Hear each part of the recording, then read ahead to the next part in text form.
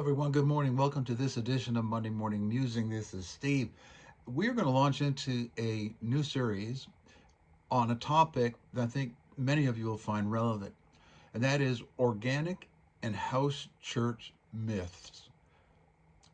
There are lots of folks who leave institutional religion and try organic or house church meetings, and it ranges from strong advocacy, like, this is the only way the Bible says to meet, to curiosity, to we think this is great.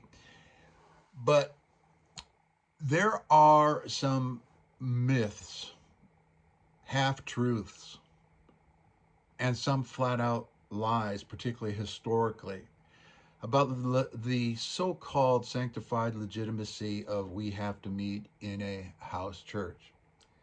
Now, I don't know how long this series is going to go. I'm just going to go till we're done.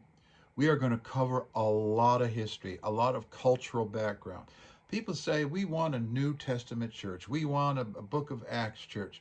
Folks have no idea what things were like, what was real, romanticism, romantic ideas. We're going to talk a lot about that.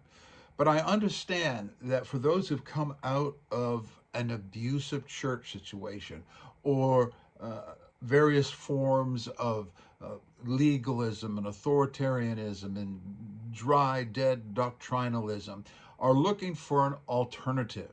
And they often gravitate toward organic church and house church type expressions and resources and personalities that advocate that kind of expression. And there's a certain risk of disillusionment. And I know scores of people who are doubly disillusioned because they brought certain expectations. Oh, house church, this is it, Oh, we're finally going to do church right, and it's going to be this and that and this and that. We'll talk about it, and it becomes a great disillusionment. There is no doubt that all around the world, tens of millions of people are leaving institutional forms of particularly Christianity. Now look, there are hot spots, there are so-called revivals. I don't like using the term. I don't believe in it. That's another series, another message, another time. But overall, statistically, at least in the West, tens of millions of people are leaving. I think the Southern Baptist Church over the last decade has lost 2 million members. In the United States, for the first time in American history, less than 50% of the population says they have any regular participation in any form of organized religion, any form, not just Christianity, Buddhism, Judaism, you name it. So there is something going on.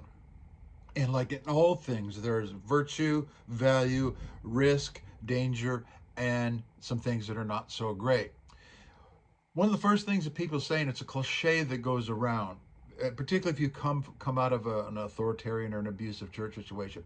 Well, I'm done with religion. I want a relationship. I have a relationship with Jesus, and I want relationship with other people. Religion is bad. Religion is evil. The word religion. If by religion you mean routine ritual, where your mind is checked out, you're just it's really pagan. You're just giving God his or her due. You're doing the rites, the routine, and there's no understanding. You're just walking through the motions. I get it, but that's not the problem of religion. That's the problem of the people in charge. The word religion itself is not a bad word. It comes from the Latin meaning to, and one of the meanings is to tie together again. R-E, again, legare, to tie together, to reunite. So it is fundamentally relational. So this business about, I'm getting out of religion and I'm going into relationship, it's just a cliche, a poorly informed cliche. Cicero taught that it meant to reconsider something. So the essence of religion is not to be stuck in static dogmatism, but to be constantly reconsidering. So to tie together again, to bring together in relationship, to reunite, that's all good. The problem is bloody, sacrificial, violent, retributive, politicized, cultural Christian religion is the problem, not the idea of being reconciled, reunited, brought together again in relationship. Being reconciled and reunited is not a problem. So, religion as a term, because it's the only word our culture uses, and it so easily labels. I just want you to get it, that at a word definition level, it's a good thing. Now, my personal experience, I have over 29 years of experience in institutional, traditional forms of religion. I have 21 years of experience in organic in-house church expression. So it's about 50-50, not quite the same. I'm not bragging, I'm just an old guy.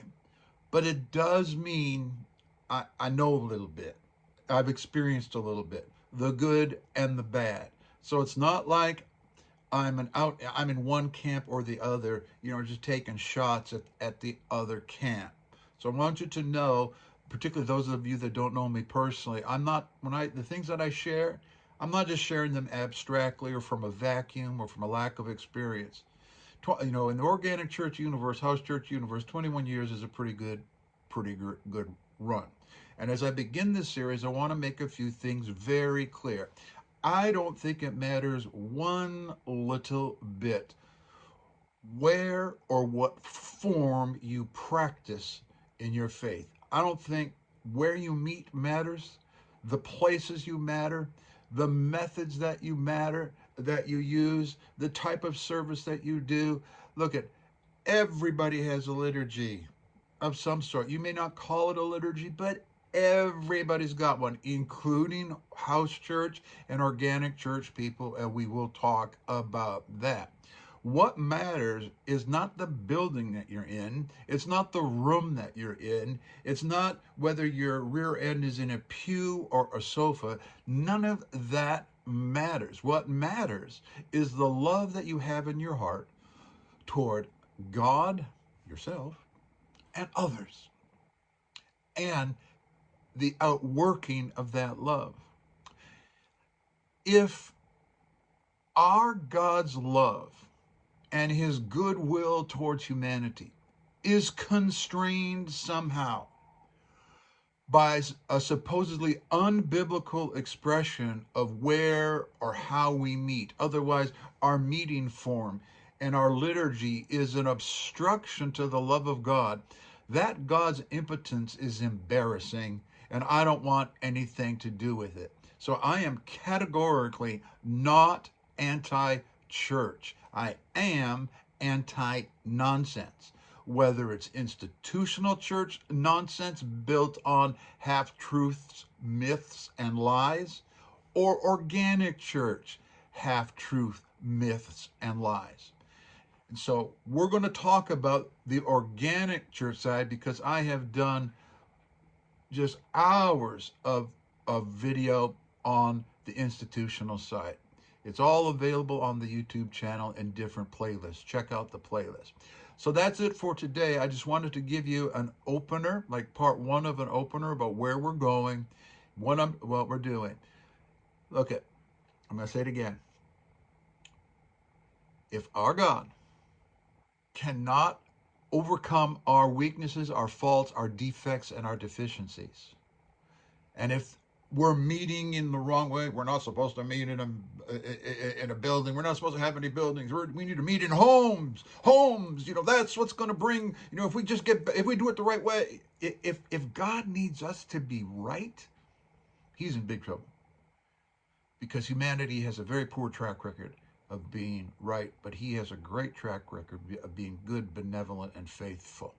So the love of God is not constrained by the type of meeting that we do.